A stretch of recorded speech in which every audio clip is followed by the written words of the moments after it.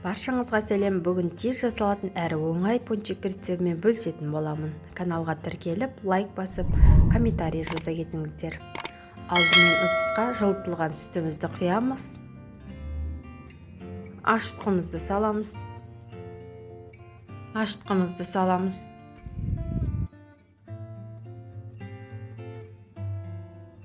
Бір шай қасық құмшекер саламыз.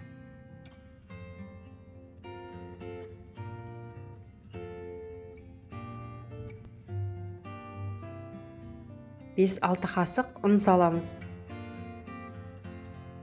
Барлығын жақсылап араластырып, ашытуға қоямыз.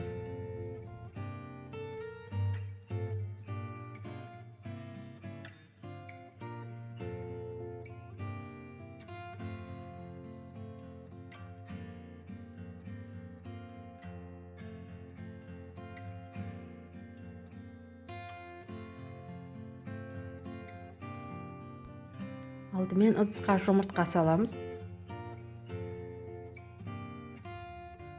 1 шай қасық тұзымызды саламыз.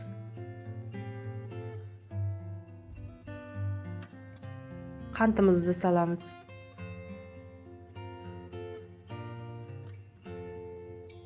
Кішкене ванилин салып жібереміз.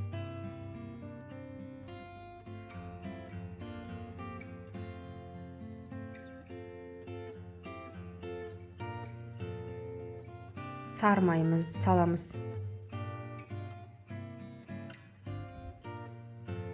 Жақсылап араластырып аламыз.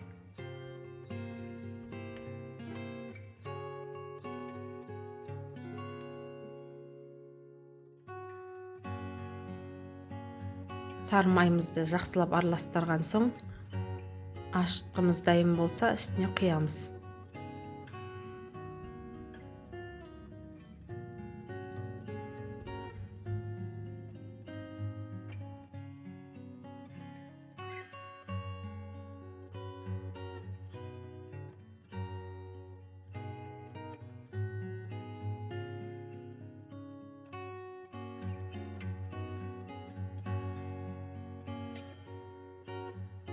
Жақсылап араластырып алып, електен өткізілген ұнымызды аз-аздан саламыз.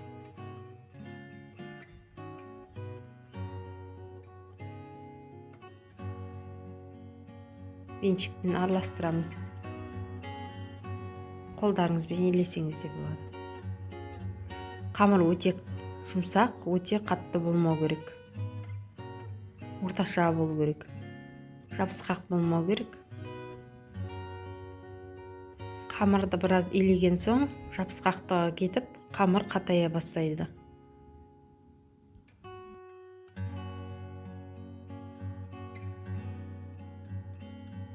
Қамырымызды үстелдің үстіне қойып, қалған ұнымызбен сеуіп, илеп шығамыз.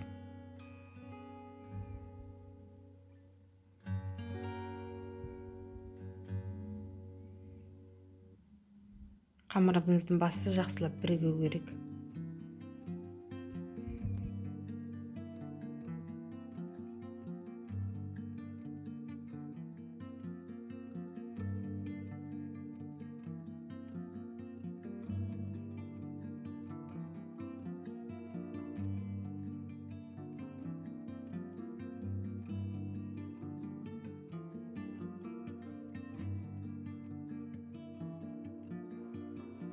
Қамырымызды илеп болған соң, ыдысымыздың ішіне май жағып, ыдысқа салып қоямыз. Бетін пищевой пленкамен немесе пакетке есіп қоямыз. Әбден ашығанша қоямыз. Міндетті түрде жылы жерде тұру керек. Сонда тез ашиды.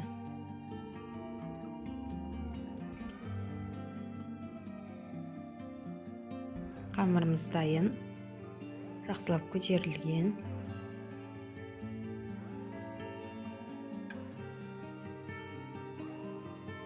Осындай қамыр болып шығады. Қамырымызды алып, ұн сеппей, май жақпай жаюға болады.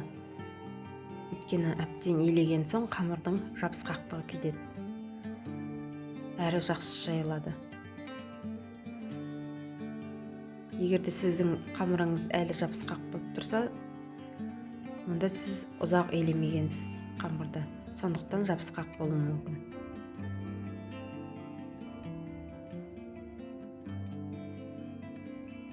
Қатты жұқа қылмаймыз.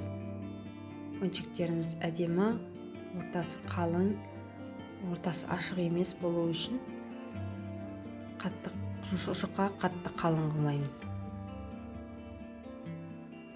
Арнайы формамен кесіп алсаңыз болады, дөңгелек қып, немесе кесемен кессеңіз болады.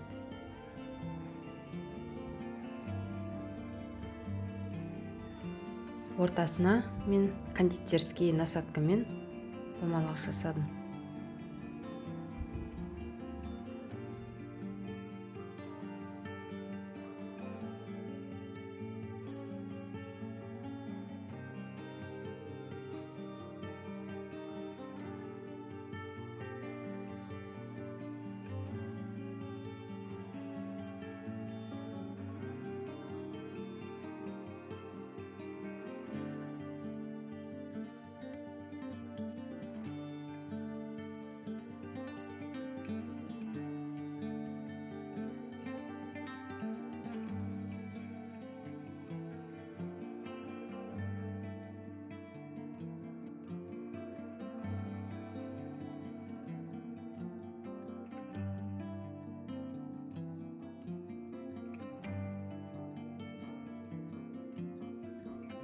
Қамырды кесіп алған соң пищевой қағаздың бетіне немесе құрғақ ыдысқа көтерілуге қойып қоямыз. Бетін майлықпен жауып қоямыз, сонда әдемі үлпілдек көтеріледі. Майымызды табаға құйып қыздырамыз. Майды қатты қыздырмаймыз, өйткені пончиктерімізді іші шикі болып қалады.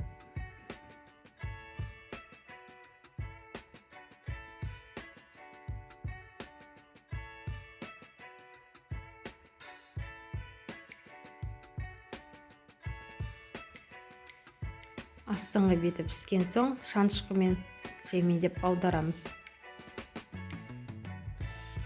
Барлығын осылай пісіріп аламыз.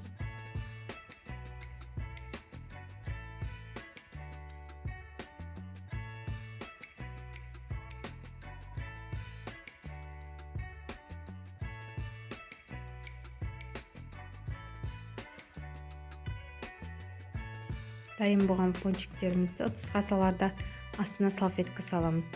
Сонда пончиктеріміз майсыз болады. Пончиктерімізді суытамыз. Шоколадын дайындаймыз. Менде Қазақстан шоколад және де сары май.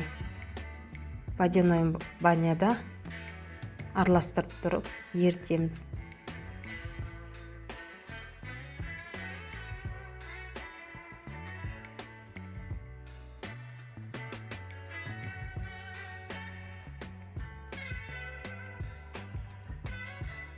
Ішіндегі түйіршіктер әбден ерігенше араластырамыз. Шоколадымыз осындай болады. Сәл ғана суытып, пончиктеріміздің бетіне жағамыз.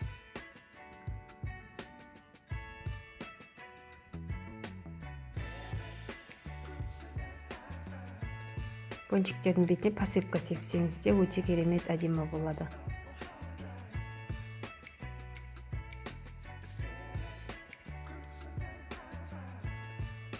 Пончиктерді балдарыңыз 5 минутта жеп қояды. Өте дәмді.